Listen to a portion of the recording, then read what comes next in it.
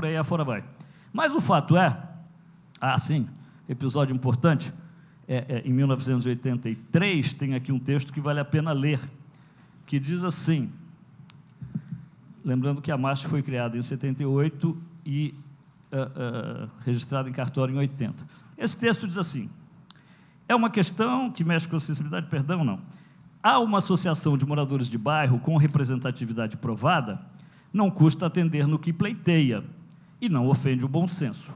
Se os usuários querem o bonde como era e não como pretendem os reformadores, por que contrariá-los? Uma das coisas mais inteligentes que se fizeram no Rio de uns tempos para cá é a associação de moradores, instrumento incomparável de colaboração com o poder público, à margem de toda política e de todo interesse particular. Bate perfeitamente para Márcio, que não tem nenhuma vinculação partidária, e nunca teve. Pelo Brasil afora, as câmaras municipais precisam contar com essas agremiações que sugerem, orientam, criticam e ajudam a tocar a administração. O poder e os cidadãos encontram-se e dialogam através desse tipo de organização comunitária. Em cada município, o morador integrado na associação deverá estar atento em defesa de seus valores históricos e artísticos, seus logradores públicos, suas peculiaridades merecedoras de conservação. Será, individualmente, um cidadão sem força de executivo, mas vigoroso, na medida em que se junta aos mais para manter viva e bonita a cidade. O debate em torno do bondinho realça esse fato social, forma-se uma consciência coletiva que gradativamente poderá tornar a vida urbana mais fácil de ser vivida. E pasmem quem assina Carlos Drummond de Andrade, Jornal do Brasil, 30/7/1983. Diga-se de passagem que antes da MASP ser criada havia Associação de Amigos do Bonde. Na Associação de Amigos do Bonde havia pessoas como Djanira, Manuel Bandeira, enfim, Pascoal Carlos Magno e outras figuras da cultura que, na época, se engajaram fortemente na defesa do bonde. Mas tudo bem, o bonde sofre, chega o período de, em 1970, porém, em 1966, assume o engenheiro Bernardo Stille Neto, gerente da CTC, 1996, assume o Bernardo Stille Neto, gerente da CTC, que assume o sistema com poucos bondes e o devolve com 11 bondes. Então, em 1970 temos aí 11 bondes. Em 2000, também temos 11 bondes circulando. E 2000, senhoras e senhores, é 15 anos atrás.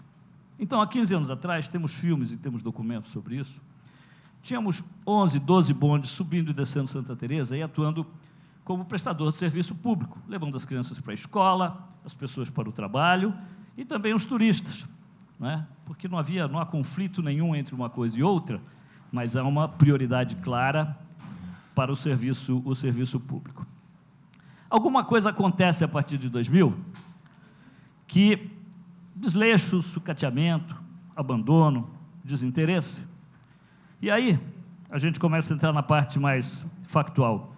Julho de 2005, 10 anos atrás, um contrato para fornecimento de bens e execução de serviços, reabilitação e modernização de 14 bondes de Santa Teresa, sob o regime de empreitada, no valor de 14 milhões de reais, assinado pela Central com a Tetrans, que é uma empresa que trabalha veículos sobre trilhos, que é lá de Três Rios.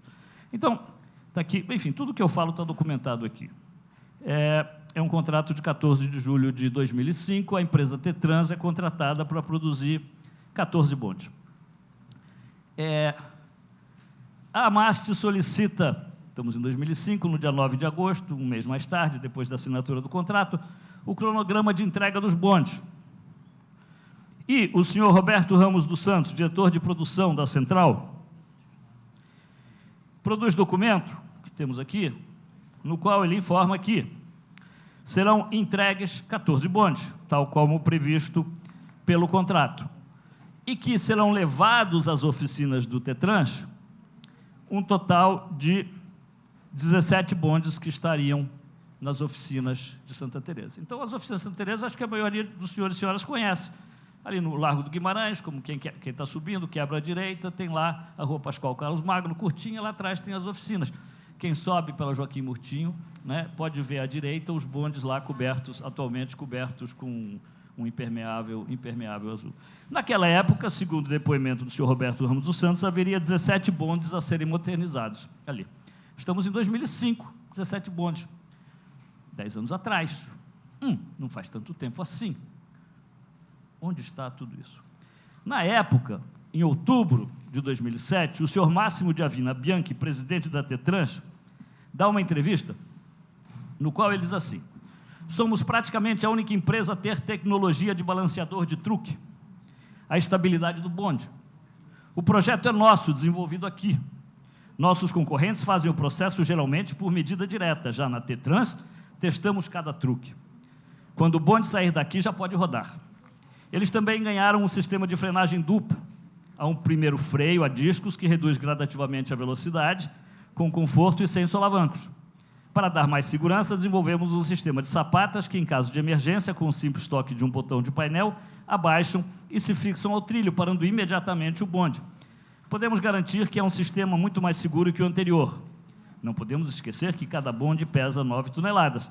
Estamos aqui em outubro de 2007, com um dos gerentes da empresa que está produzindo novos bondes para Santa Teresa, que levou para a sua fábrica 17 bondes antigos, né, que seriam restaurados. Havia algumas partes que eles chamam de imprestáveis, e que devolveria 14 bondes restaurados para Santa Teresa. Pelo que eu sei, não voltaram 14 bondes, acho que voltaram 8 ou 9. Mas o que aconteceu com esses bondes modernos que só eles sabiam produzir? Vamos ver mais tarde. Em 2008, percebendo que havia um claro sucateamento do sistema, que obras que haviam sido feitas não foram terminadas, que a reforma dos bondes não vinha sendo concluída, com dinheiro público, naturalmente, do Banco Mundial e do Plano Estadual de Transportes, um morador de Santa Teresa aciona o Ministério Público, apoiado pela AMAST, e o Ministério Público acolhe essa representação e aciona o Estado. Em 2008. A sentença de primeira instância, pelo que eu sei, saiu em 2009. A sentença condena o Estado. Primeira instância. Condena o Estado a... Eu estou quase acabando. Condená-las, as partes, solidariamente. Adotarem todas as medidas necessárias à execução das obras previstas no Programa Estadual de Transporte PET do Estado do Rio de Janeiro para funcionamento seguro do sistema de bonde Santa Teresa e que garantam a preservação do sistema de acordo com a resolução do tombamento. Na época, tombamento do INEPAC. Restaurem os bondes pendentes de reforma de acordo com o projeto aprovado no prazo de 60 dias a contar da intimação e decisão que antecipou a tutela do mérito sob pena de multa diária de R$50 mil, recolocando-os em circulação conforme estejam em condições de tráfego. Estamos em 2009. Restaurarem, no prazo de 120 dias contados da intimação da decisão das folhas, na oficina de bondes, o sistema de cabos... Então, restaurarem o sistema de cabos de energia suspensos, a via permanente de trilhos e o gradil sobre os arcos da Lapa, sob pena de multa diária de R$50 mil. É o que estão tentando fazer agora e não conseguem. A procederem à reforma das estações da Carioca e Curvelo, a construção do abrigo de bondes, a implantação de 6 seccionamentos da rede aérea, etc., etc. A pagar indenização por danos ambientais, em valor a ser apurado, a cumprirem a obrigação de não fazer, realizar, permitir ou consentir que sejam feitas intervenções irregulares em todos os bondes submetidos à recuperação. Bacana isso, né? A Justiça, né, assumindo a defesa do patrimônio histórico, né, e decretando uma sentença com obrigação de não mexam no patrimônio histórico, não alterem, não façam modificações que não devam ser feitas. Eu gostei muito da fala da amiga Olga, que nos disse que restauração tem que ser feita por empresas especializadas, né? Eu estou acabando, desculpe, eu estou acabando. Eu acho que essa história merece. Não, hoje a gente vai ter que continuar. A gente vai ter que realmente refazer uma nova sessão, é evidente, mas eu estou concluindo, eu lhe garanto, mais 10 minutos e eu terminei. Não é o que acontece com o sistema de bondes. Não é o que acontece com o sistema de bondes. Lá, empresas que não são especializadas atuam e fazem qualquer coisa. Gostei também muito da fala da senhora Miriam, que nos disse que restauração só quando conservação não é possível. né? No caso, tarde demais, no caso do bonde Santa Teresa, porque a conservação foi absolutamente o que não houve. Bom, isso aqui, sentença de primeira instância em 2008. E aí, 2011, agosto, dia 27, um bonde, sem qualquer condição de estar circulando, de acordo com o laudo técnico, perícia da polícia e do Detro, não é isso? Se choca contra um poste, mata e fere um sem número de pessoas. Vejam bem, se o Estado não tivesse recorrido em 2009 contra essa sentença, a sentença que o obriga a fazer aquilo que ele tem a obrigação de fazer, que é cuidar do patrimônio público, porque para que o Estado serve, se não for, entre outros, para cuidar do patrimônio público? Mas o Estado parece que não gosta muito, então ele recorre. Se ele não recorre, acata a sentença e restaura o sistema, possivelmente não teríamos tido esse acidente. Mas não, ele recorreu. A sentença de segunda instância, pelo que eu sei, é difícil apurar isso, porque precisa ser jurista para entender essas coisas, mas sai 1 ou 2 meses depois do acidente. Vem a decisão de segunda instância. E o Estado perde novamente. E prevalece essa sentença. Restaurar o sistema. Bacana. Restaurar o sistema. Em 2012, o Estado veio a público com um edital para a contratação de uma empresa que vai desenvolver novos bondes e montar novos bondes. Vejam bem, desenvolver novos bondes e montar novos bondes. Nada a ver com a sentença que fala em restaurar. O Estado se recusa a trabalhar com a possibilidade do restauro dos bondes, quando é sabido que em São Francisco, em Lisboa, em Istambul, em Praga, temos bondes centenários, todos restaurados e circulando com absoluta segurança. Santos. Mas o Estado se recusa, não gosta da ideia. Abomina essa ideia. O Estado quer apagar da memória o sistema histórico de bonde Santa Teresa. E tem toda a razão. Porque tratou esse sistema com tanta irresponsabilidade, né? Porque é corresponsável, no mínimo, pela morte de tanta gente, que tem mais é que erradicar isso da face da terra, apagar qualquer vestígio. Aqui nunca houve bonde histórico. E aí ele decide, nós vamos arrancar todos os trilhos, arrancar todos os cabos, vamos botar novos trilhos, botar novos cabos e vamos construir novos bondes modernos, digitalizados. Bacana. Aí nós demos uma olhada na licitação e verificamos que havia irregularidades. Entramos na justiça, direto na justiça. Ganhamos uma liminar que interrompeu a licitação. Perdemos na segunda instância, a licitação rolou, e vejam só quem foi contratado. Aquele senhor Guiavina, que tão cheio de si, disse numa entrevista que os bondes que eles produziam eram aqueles bondes. E a gente pergunta assim, mas onde é que estão os bondes? Aqueles bondes que tinham 3 anos. Em 2011, quando aconteceu o acidente, esses bondes tinham 3 anos. Cadê os bondes? Ah, não, esses bondes não, vamos fazer novos.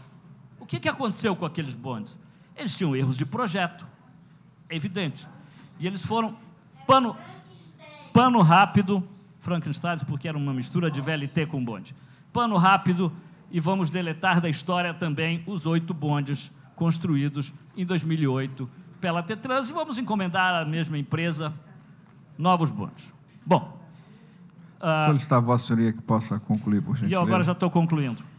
Fomos ao Ministério, começam as obras de troca dos trilhos. Percebemos imediatamente, começa em novembro de 2013. Em março de 2013, vamos ao Ministério Público, dizendo essas obras não podem ser feitas como estão sendo feitas. Apontamos uma série de irregularidades. Abre-se pela portaria número 055 de 2014, o inquérito civil público 8007, não é isso? Um inquérito civil público que deve investigar as obras. Que obras? Essas obras que estão agora paralisadas. Essas obras que muito antes, que deveriam ter sido concluídas em um ano e vão levar no mínimo mais 3 anos para serem concluídas. Obras que impermeabilizam o solo, não é isso? Obras que destroem o acervo arquitetônico daquele bairro. Senhor Fajardo, vamos bater perna em Santa Teresa para ver o que está acontecendo lá, né? Hã? Não, Museu do Bonde. Bom, aí... Vossa Senhoria puder concluir, por gentileza. Eu estou realmente concluindo. Abre-se o inquérito civil público, abre-se um outro inquérito civil público no Ministério Público Federal, porque fomos também ao Ministério Público Federal, porque o governo queria fazer bondes fechados, né? E porque o governo não apresenta nenhum projeto e não faz nenhuma referência. Não existe inventário do acervo de bondes de Santa Teresa, acervo histórico de bondes de Santa Teresa. Não está inventariado. Ninguém sabe o que existe e o que não existe.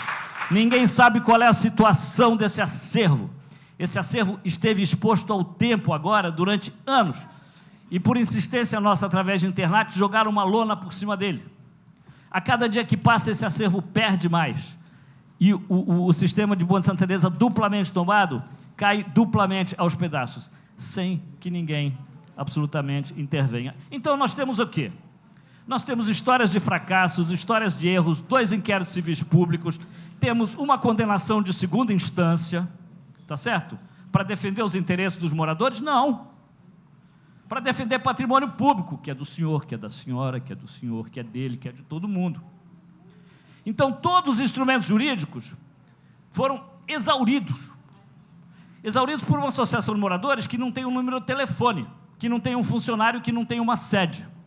Tudo na base da raça, né? E agora, bom, agora vale a Constituição. Era isso. Eu concluo por aqui. É preciso nós não podemos continuar essa luta sozinhos. E nós estamos absolutamente sozinhos e solitários. Sem o apoio da Assembleia Legislativa, sem o apoio do INEPAC, sem o apoio da cultura, sem o apoio do patrimônio histórico-cultural, a gente está lá ralando e apanhando da polícia. E visto como raude, nós somos todos raudes de 70 anos de idade, com muito orgulho. Obrigado. Agradeço a Vossa Senhoria.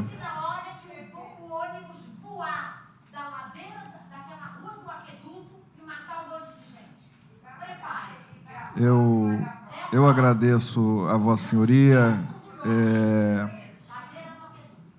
Já quero deixar aqui, proporei à comissão uma audiência pública específica para tratar da situação dos bondes de Santa Teresa, trazendo a esta casa a Secretaria de Estado de Transportes, que é quem é o responsável, fazer um requerimento de informações para que nos diga a respeito do acervo desse patrimônio que consideramos um patrimônio histórico. Então, faremos esse requerimento de informações e tenho certeza que os deputados desta comissão são aliados nesse processo. E nós vamos estar aqui, junto com os senhores e com as senhoras, para que possamos buscar a defesa dos bondes de Santa Teresa. Eu quero passar a palavra...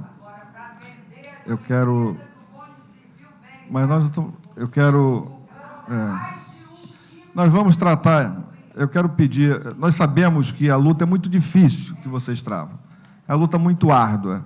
E quando abre um espaço, nós queremos colocar tudo para fora. Isso é normal e é natural. Então, eu compreendo a luta, nós vamos estar juntos dessa luta, vamos fazer uma audiência específica e vamos começar com a sociedade civil, como começamos hoje, e que os senhores possam trazer essa explanação e, mais o que for necessário, que a gente possa discutir numa audiência específica, né, tudo aquilo que diz respeito ao problema que estamos vivendo nos bondes de Santa Teresa.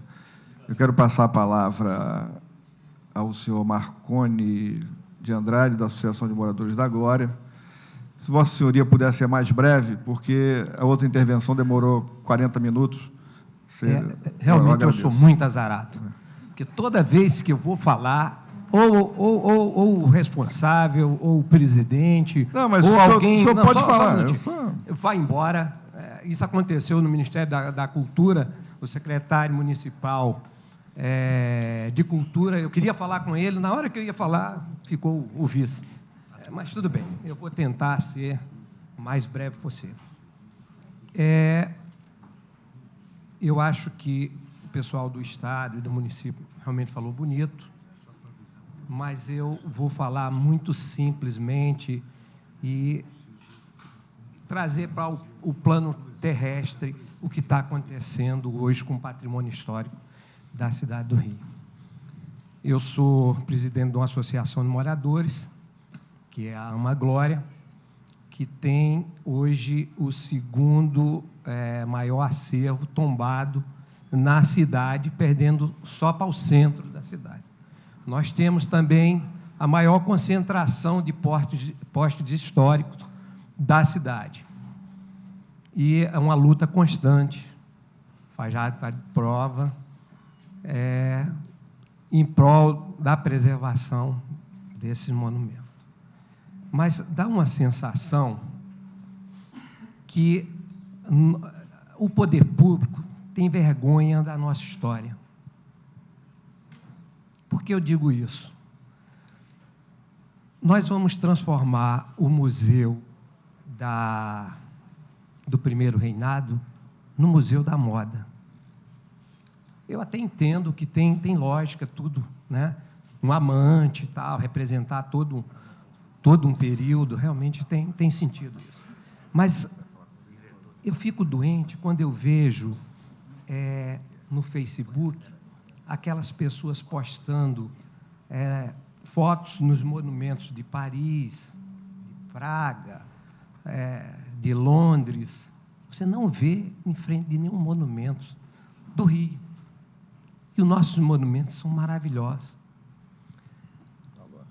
O Estado e o município peca, mas peca feio, por também não valorizar, como disse o deputado, uma pichação pode ser retirada pela conservação. É muito simples isso. A conservação vai lá e tira. Não existe uma política sistemática de limpeza dos monumentos da cidade. Não existe isso. Isso aí eu garanto para vocês.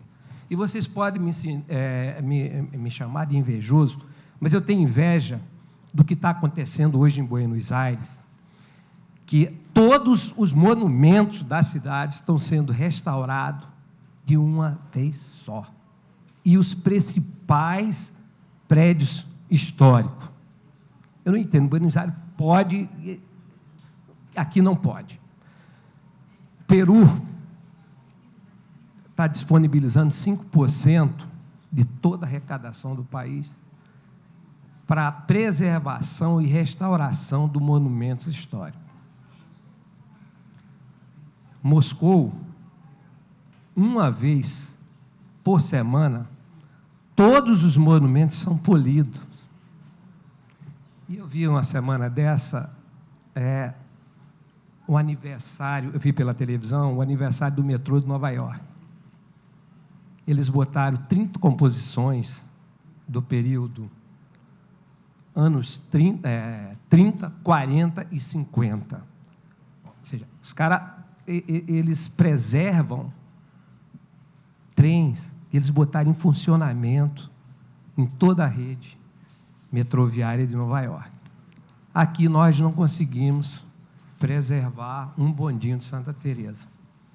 Eu só acho que, com o dinheiro que a Assembleia Legislativa vai pagar num tapete, eu garanto para o senhor, deputado, eu restauraria todos os chafarizes da cidade do Rio de Janeiro. Todos. Eu garanto isso para o senhor, porque eu também sou restaurador.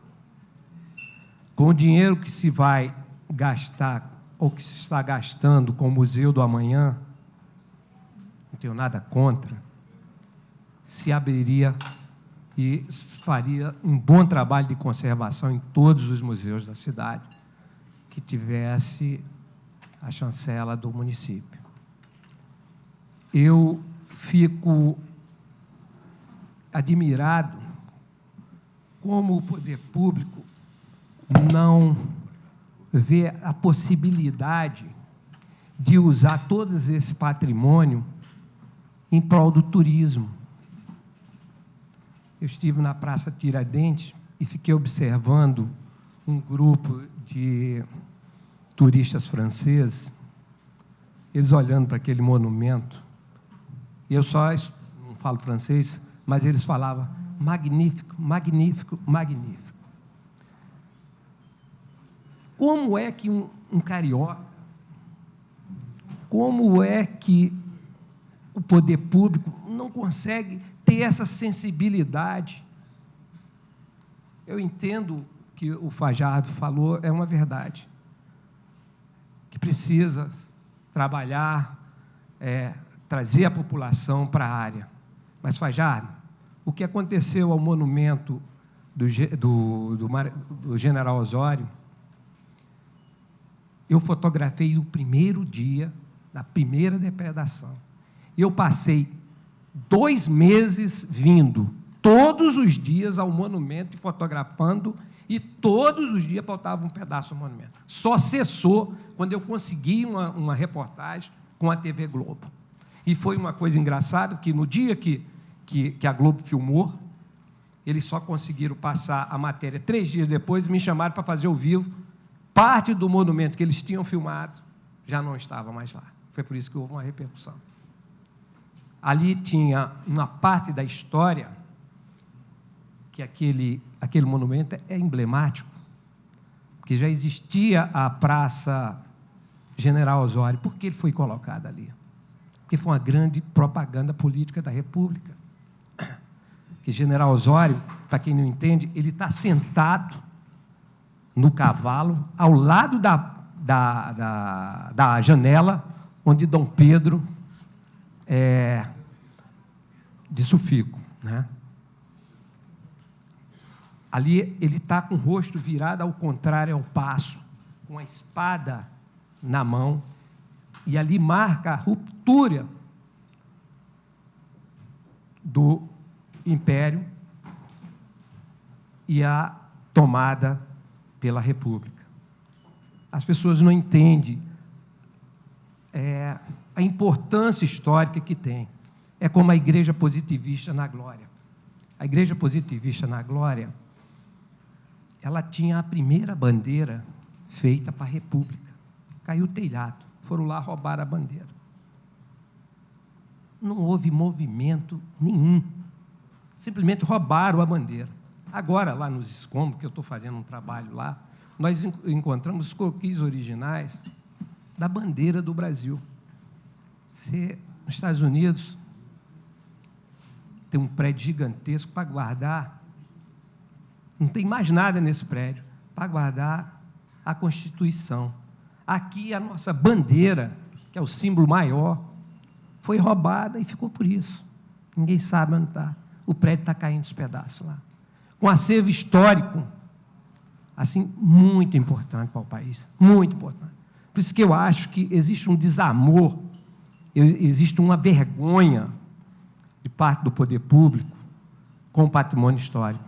Não só do Rio, né? Que eu acho que o patrimônio histórico do Rio ele está interligado com o patrimônio, com a história do país no geral, né? E eu acho que isso... Eu procuro palavras para poder entender se é ignorância, se é... Sinceramente, eu fico por aqui porque eu termino até me emocionando de ver a insensibilidade do poder público e dos próprios cariocas que depredam sistematicamente todo esse patrimônio. Muito obrigado. Obrigado, Marconi. Quero convidar o Olívio Coelho para fazer o uso da palavra. Olívio Coelho. Bom, eu tenho muito prazer em estar aqui com essa comunidade. Eu não me coloco como contra poder público, fui poder público e sou ainda até bem pouco tempo. Eu me coloco como cidadão. Como cidadão, eu quero dizer que estou muito contente de acontecer isso. Eu ingressei no patrimônio histórico do Rio de Janeiro com Lacerda em 65, com Marcelo de Ipanema. Fomos pioneiros na preservação do patrimônio histórico do Rio de Janeiro. Lutamos muito. E eu vejo hoje ainda, muito satisfeito, que a luta continua. Continua com gente jovem, né? Com nossos ex-alunos, né? Que hoje dirigem instituições culturais, né? Vejo aqui alguns alunos. E essa reunião aqui, senhor deputado, mostra realmente que o patrimônio é vivo, né?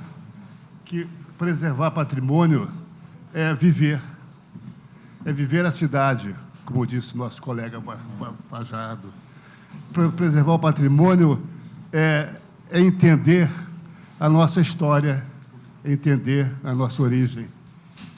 Por mais variados meios, desde o Facebook, onde nós nos conhecemos, eu tenho a mania de botar algumas coisas no Facebook, não coloco da França, não coloco da Rússia, de algum outro lugar, coloco do Brasil, alguns grupos, né?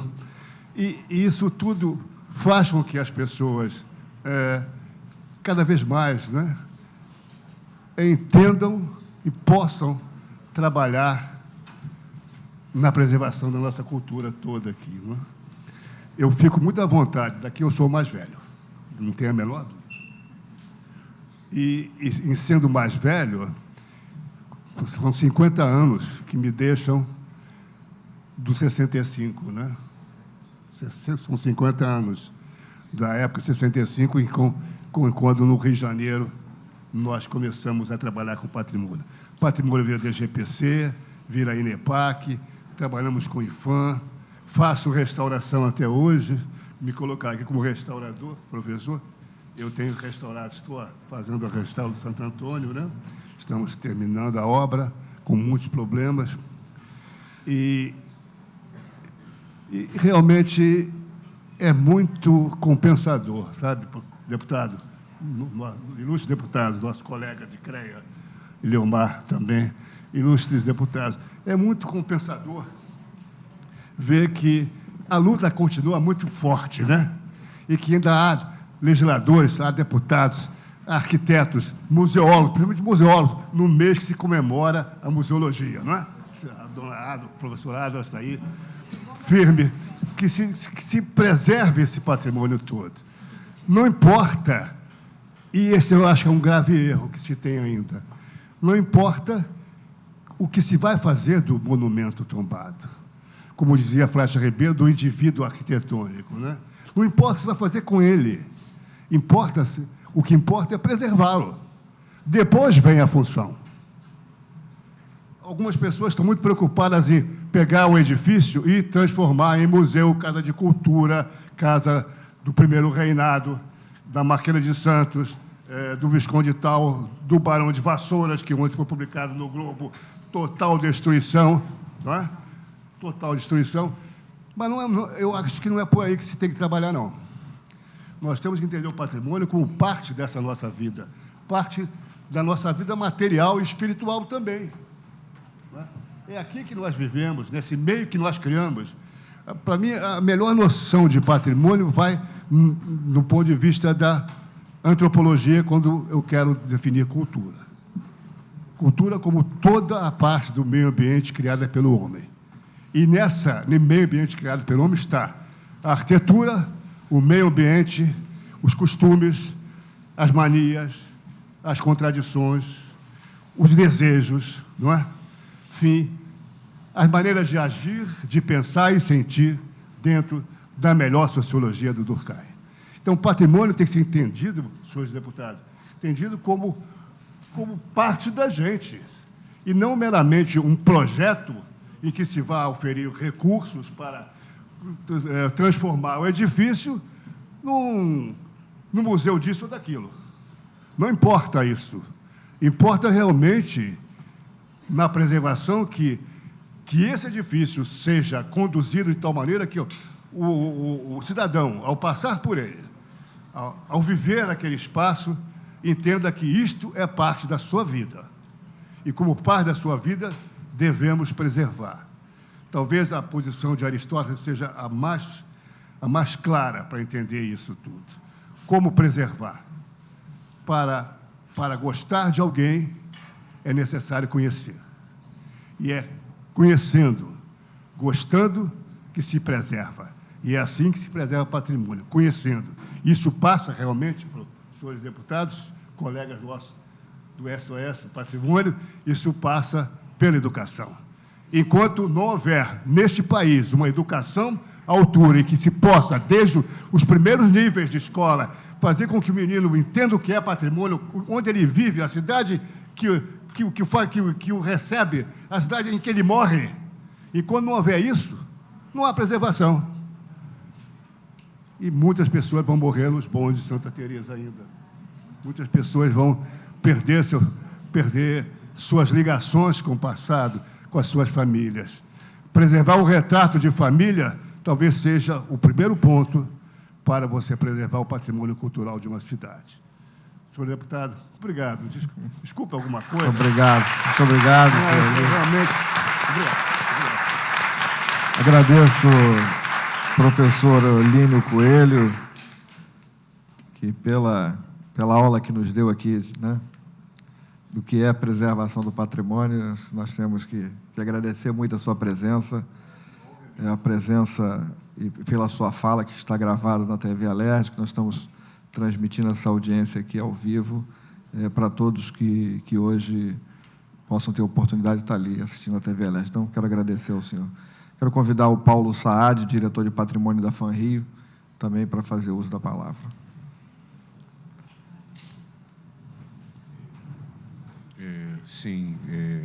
Boa tarde a todos. O pessoal do município, Fajardo, Helena, Heloísa, né? Heloísa, desculpe, Manuel, Olga, você, Mariana, companheiros aqui da mesa, Olínio, senhoras, Marconi, Carlos Aqueu, grande Eliomar, que faz muito bem vê-lo sentado nessa mesa, vê-los nessa mesa. Bem, eu queria, nós somos uma federação de associações de moradores do município do Rio de Janeiro, temos várias diretorias, entre elas uma diretoria de urbanismo, né, e uma diretoria de patrimônio cultural, essa que eu ocupo nesse mandato como representante da Associação de Moradores de Santa Teresa, da qual eu sou conselheiro. Eu queria trazer para a discussão com o Estado e também com o município algumas questões da área central, não exatamente relacionada a Santa Teresa, que é a minha experiência de morador e de profissional, mas da área central, que é o interesse mais próximo na área do município, sem esquecer as fazendas de Campo Grande, outros interesses culturais até recentes da nossa arquitetura modernista que se espalham pela cidade. Mas o importante para nós, mais importante na linha do que Fajardo falou, é a questão da área central como área de maior incidência da história e dos valores da identidade do povo. Queria dizer que algumas coisas objetivas, com propostas para que a gente possa avançar. Primeiro, queria falar sobre essa questão desses núcleos centrais onde há habitação, né? Santa Teresa é a Glória guarda alguns núcleos desse, Rio Comprido e, enfim, a área portuária, muitos núcleos onde a residência está ali colocada, né? E, nesses casos, é importante perceber que a preservação ela vai se dar através do financiamento daquele cidadão de poucos rendimentos, né? A maioria que vai fazer uma obra na sua pequena casa. O edital, ele funciona assim, talvez para casas de importância média, de valores médios. Eu quero dizer que, no caso de Santa Teresa, né, a gente não conhece, no caso da Rua Portuária também não conheço. Eu entendo que a importância desse financiamento subsidiado, ele é praticamente a importância vital para a preservação do conjunto urbanístico arquitetônico. Sem ele, quer dizer, grande parte dessas pessoas que moram nessa casa são senhores aposentados, às vezes viúvos, né? E que estão ali preservando há anos, mas que já não têm mais forças, já não têm mais recursos, né? E sem essa ajuda, às vezes querem, até conhecem quem faça, porém não conseguem tomar iniciativa porque têm medo das pessoas honestas, não querem começar uma empreitada, uma aventura, né, que tem um custo que não... Então, eu acho que isto é o principal.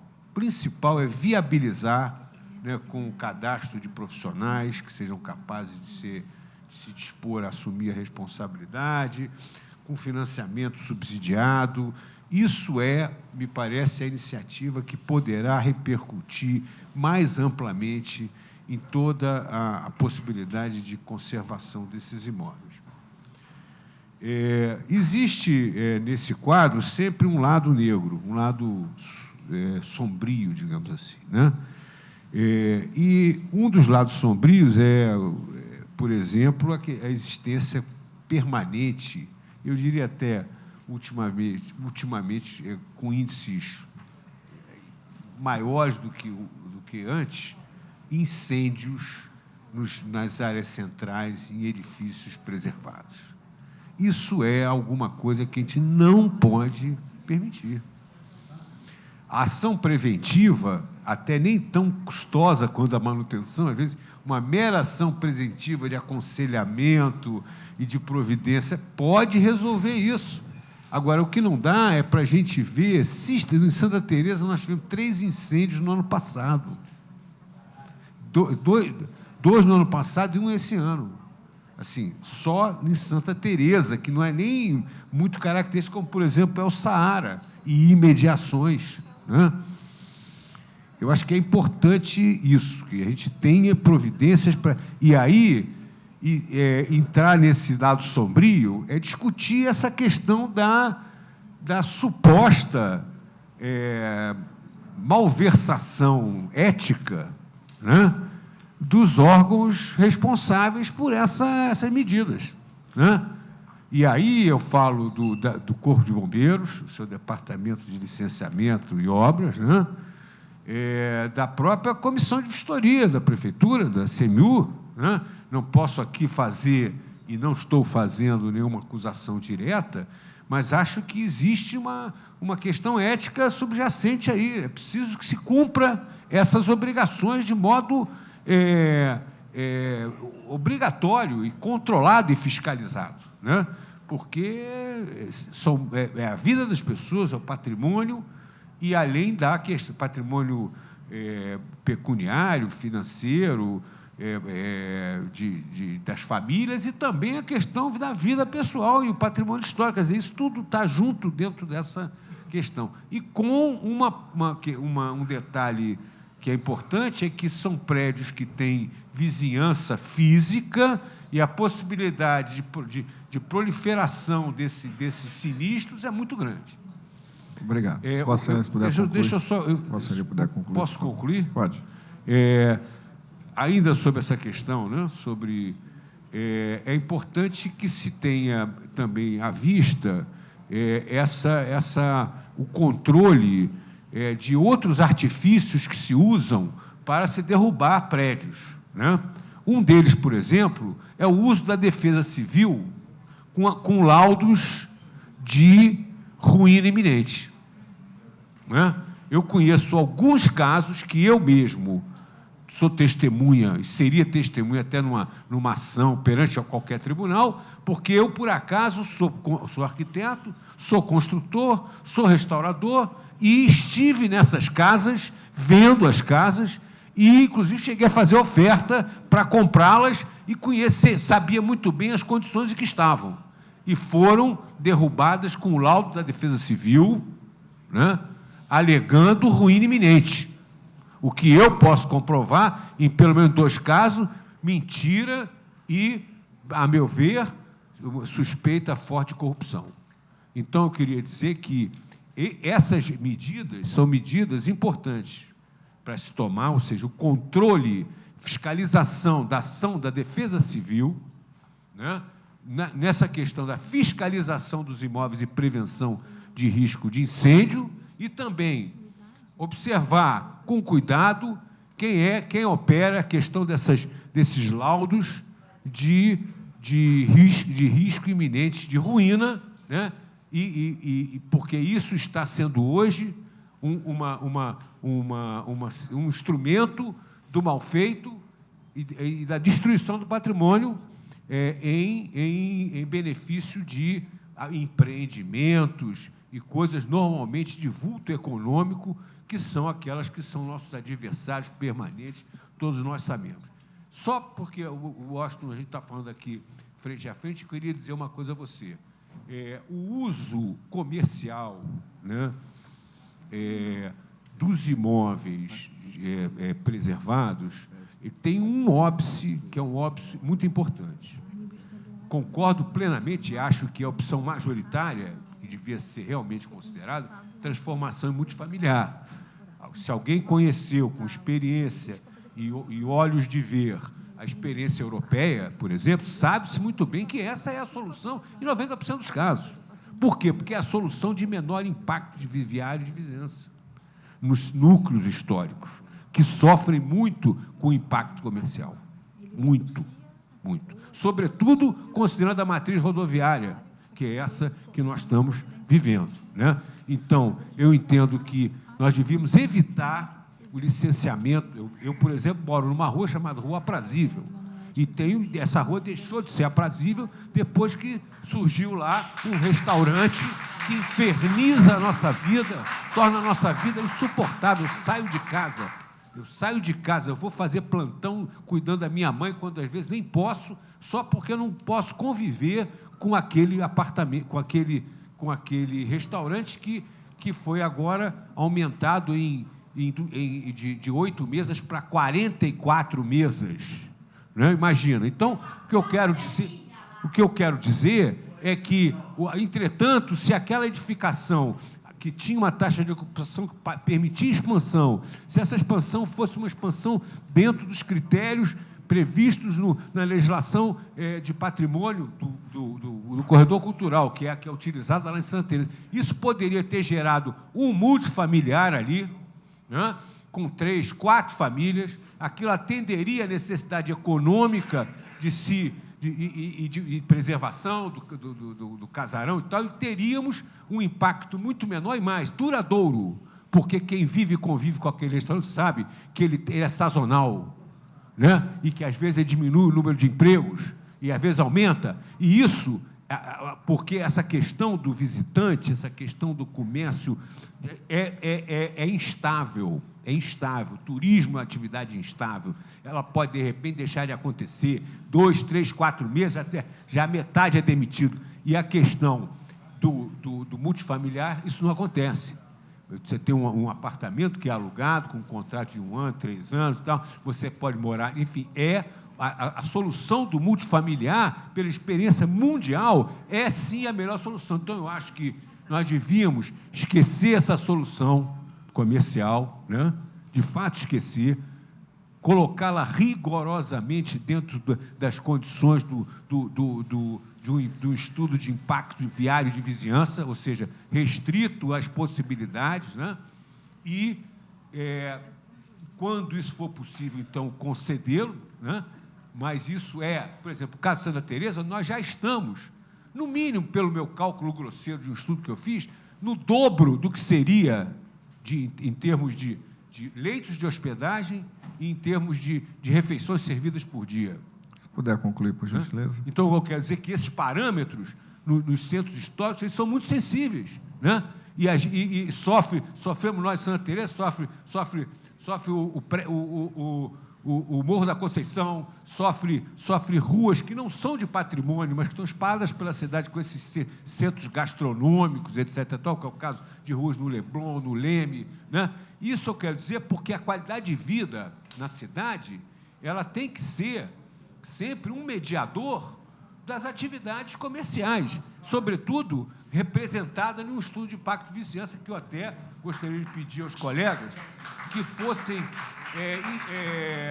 porta-vozes das associações de moradores, no sentido de viabilizar a mais rápida aprovação dos critérios de Eyre-Rimmer, que já é uma vergonha para nós. Todas as grandes cidades do Brasil, do mundo, sobretudo, né? Mas aqui no Brasil tem várias cidades pequenas, né? Cidades médias, já tem a sua lei de estudo de impacto da vizinhança, e nós aqui não temos. Então, eu gostaria de acabar agradecendo a mesa, né? E pedindo que a gente pudesse, via discutir de novo aqui em outra sessão dessa comissão, a questão do bonde Santa Teresa, que realmente é um drama que vivem os moradores daquele bairro e em nome da cidade, né, de toda a cidade, porque para nós, né, aquele bonde é um elo de ligação entre os moradores e todos os cariocas. Obrigado. Obrigado. Nós vamos agora passar para as oitivas individualizadas, então vou marcar o tempo. Vou pedir para cada intervenção se estenda no máximo a 3 minutos para que a gente consiga ainda dar tempo para o Estado fazer a resposta. Rodrigo Rangel, pode fazer uso da palavra por até 3 minutos. Próximo será Fabiana. Se puder vir para cá, por favor, a gente tem que gravar. Fabiana, se puder vir para cá depois, tá? Porque nós temos que fazer a gravação.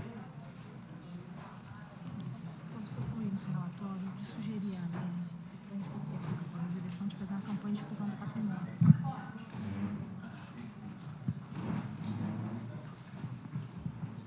Boa noite a todos. Vamos, né, tentar esses 3 minutos serem mais produtíveis possíveis. Obrigado, deputado Zaqueu, deputado Eliomar, à mesa, aos representantes do Estado. Eu venho trazer a questão para a comissão acerca do Plano Diretor de Estruturação Territorial da Região Leste Fluminense, o chamado PET Leste, que contempla 15 municípios, sendo que aqui eu gostaria de destacar o município de Itaboraí, aqui representado pela sociedade civil, o professor de História David Antunes, a arquiteta Renata Gama, de Maricá, e o Dalson Nascimento, que é pesquisador do município de Rio Bonito, e eu como representante da Agenda 21 de Itanguá, representando também a sociedade civil, e membro do COMARC, que é o Comitê das Agendas 21 da região do Conleste. Então, esse estudo, ele que é financiado pela Secretaria de Desenvolvimento Regional, Abastecimento e Pesca, a CEDRAP, ele está orçado em 3.600.000, e ele agora, nesses primeiros 6 meses de 2015, ele está sendo iniciado, e dentro do escopo de trabalho dele, ele prevê um capítulo especial sobre patrimônio cultural, e acho interessante, me senti contemplado em muitas falas aqui, como a fala da Olga Campista, que fala sobre a interiorização das ações da Secretaria de Estado de Cultura, também da proposta, da fala de Kiki e da Sheila, do Grupo SOS Patrimônio, do qual fazemos parte também, né? Participando e discutindo questões pertinentes, não só da capital.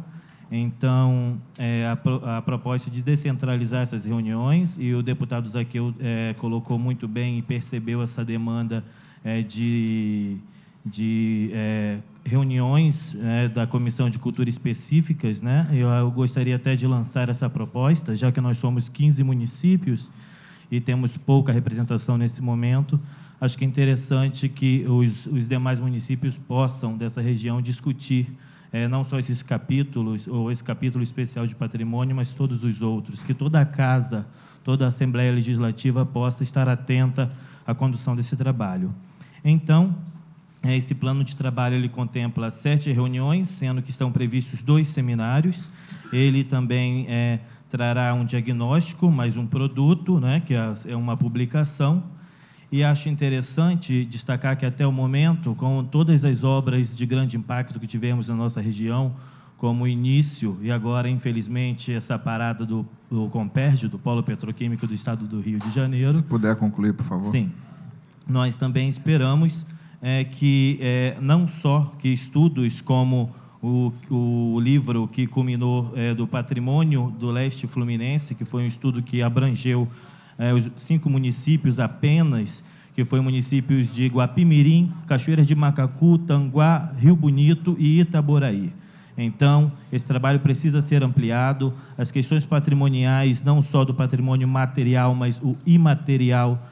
Nós temos uma demanda na região e um apelo muito forte da Folia de Reis, que é muito fragilizada. Nós temos questões de intolerância religiosa que afetam e ferem muito a questão do patrimônio material na região.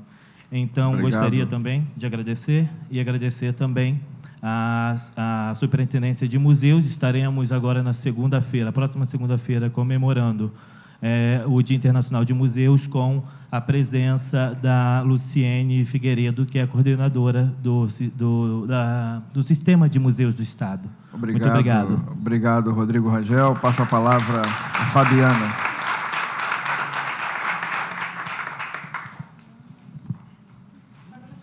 O próximo será Jesuína. Se pudesse posicionar aqui, Boa por favor. tarde. Eu vim aqui com a comissão da Associação de Moradores de Santa Teresa por causa do problema do bonde. Mas quando eu ouvi, depois da fala do Fajardo e da diretora do atual museu da cidade, eu resolvi falar sobre um outro problema que eu venho discutindo e solicitando e falando disso há anos, que é desse acervo, um conjunto de esculturas da escultora Celeida Tostes, que foi aquele conjunto foi criado, eu não me lembro se a Helena Severo na época era da prefeitura ou do governo do estado, mas aquilo foi uma iniciativa de uma secretaria de cultura, criar aquele conjunto de obras dentro e sob supervisão do museu da cidade. Então, assim, eu não consigo entender que pessoas comprometidas com uma visão de patrimônio histórico e artístico não se preocupem em regularizar a situação daquele acervo. A resposta de que aquilo é um acervo da Secretaria de Meio Ambiente, para mim, não é suficiente. Para mim, não contemplou a questão que eu considero uma questão de compromisso de pessoas que trabalham com patrimônio artístico. Então, eu queria reforçar e sugerir que, internamente, institucionalmente, isso fosse resolvido. O que fazer com aquele acervo, restaurar aquele acervo, tirar dali, porque aquele local é um local úmido, ou talvez manter ali, mas com conservação, porque eu acho que a restauração só não adianta se não tiver conservação sistemática, tanto do patrimônio arquitetônico como do patrimônio artístico. Então, obrigado. essa é a minha sugestão. Agora, sobre Santa Teresa, eu gostaria só de reforçar o seguinte, que o Jacques fez uma fala enorme, colocando todas as questões, só que ele esqueceu de dizer que o bairro está inteiro quebrado, que tem, assim, crateras de 60 centímetros ao longo de quilômetros, em que os carros caem, os ônibus caem, as pessoas não conseguem andar, está um lamaçal, uma poeira insuportável. E isso, meses. Então, é só para acrescentar esse dado, tá registrado, que é um dado Jesuína. objetivo Tá registrado. que está acontecendo no bairro. Tá, muito obrigado. Convidar o Edu Nascimento, e próximo será Jesuína, o próximo Edu Nascimento. Oi, Marcelo.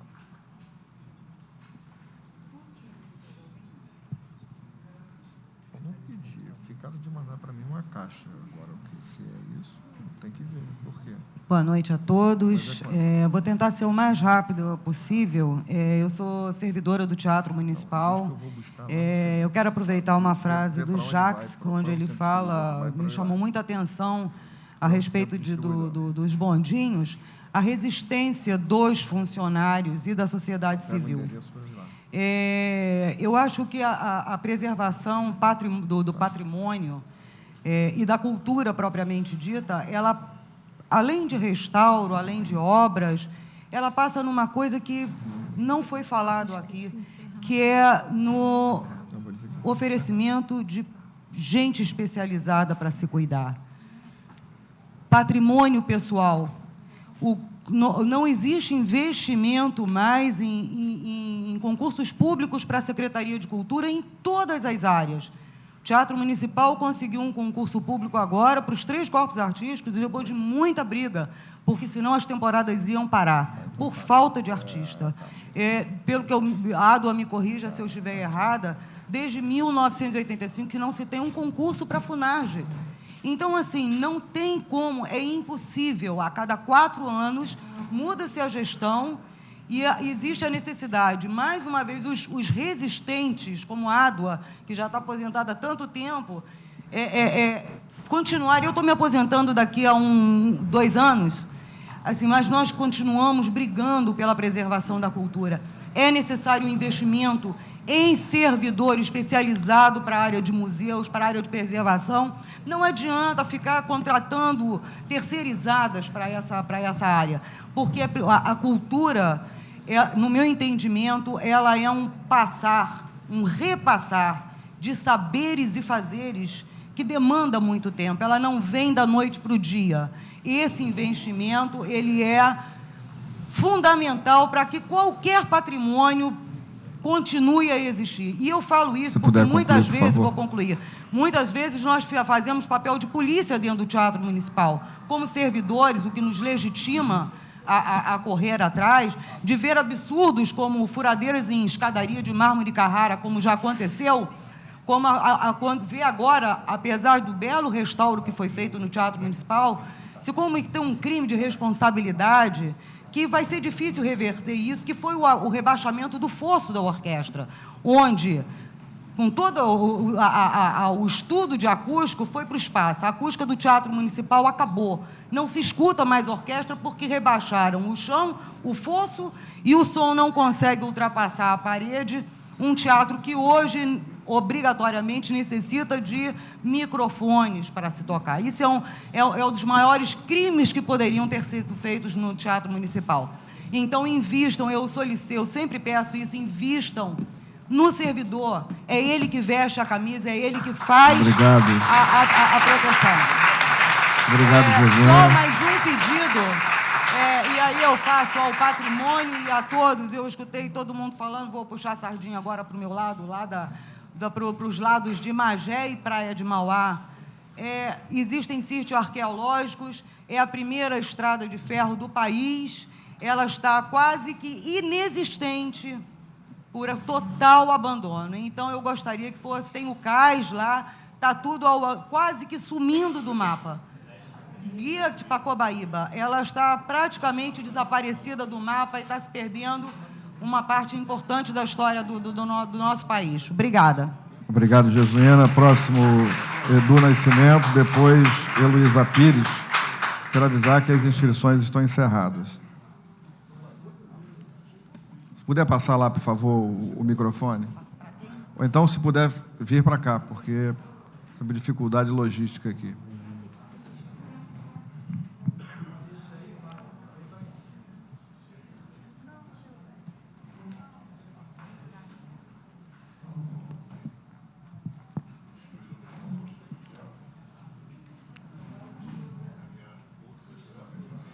Boa tarde, deputado. Boa tarde, comissão, dos presentes, representantes do governo do Estado, representantes do município. Estou aqui na figura representando o Legislativo da cidade do Rio de Janeiro, na figura do vereador Paulo Messina, presidente da Comissão de Educação e Cultura da Câmara dos Vereadores do Rio de Janeiro. A gente saúda a iniciativa, acho que ela é muito importante, esse diálogo sobre a questão do patrimônio. Para nós, é uma ação importante, né? Saudamos também a iniciativa do deputado Zaqueu, que esteve com a gente há tempos atrás na discussão do terminal pesqueiro da Ilha do Governador, e a atuação do Legislativo integrada a outros setores pode ajudar na preservação daquela área da cidade, né? A gente se coloca à disposição para estar colaborando com algumas iniciativas que foram colocadas aqui, o secretário Fajardo lembrou bem, a aprovação dos 3% para a revitalização da cultura da região portuária, uma iniciativa que o Legislativo Carioca pôde contribuir com a questão da preservação do patrimônio, e também na nova lei de incentivo cultural da cidade, a lei do ISS, que também permite projetos de recuperação histórica e cultural, né? Nós também tivemos atuando em algumas áreas da cidade, no centro histórico, com os amigos aqui da MAST, né, em Santa Teresa, no Cosme Velho, e atualmente estamos atuando com os amigos e companheiros do Leme na preservação dali da região, no projeto de lei que proíbe o ramal, de instalação do ramal do Bondinho, do Pão de Açúcar na região, que foi já aprovado em primeira votação e amanhã na casa será aprovado em segunda, né, colocado em votação, em segunda votação. Acho que é importante essa integração, por conta do Estado e do município estarem discutindo. Quando nós atuamos em Santa Teresa, concluir, por favor. né, para concluir, verificamos essa necessidade da discussão dos entes federativos no sentido do diálogo entre as partes, no sentido do que é pertinente à cidade, o que é pertinente ao governo do Estado, para que isso possa avançar de forma positiva. Um abraço. Obrigado. Próximo orador, Heloísa Pires, depois Eurípedes Gomes. Heloísa Pires, está aqui. Quem é Eurípedes? Oi, Se pudesse... Tá, ok. Por favor. Eu moro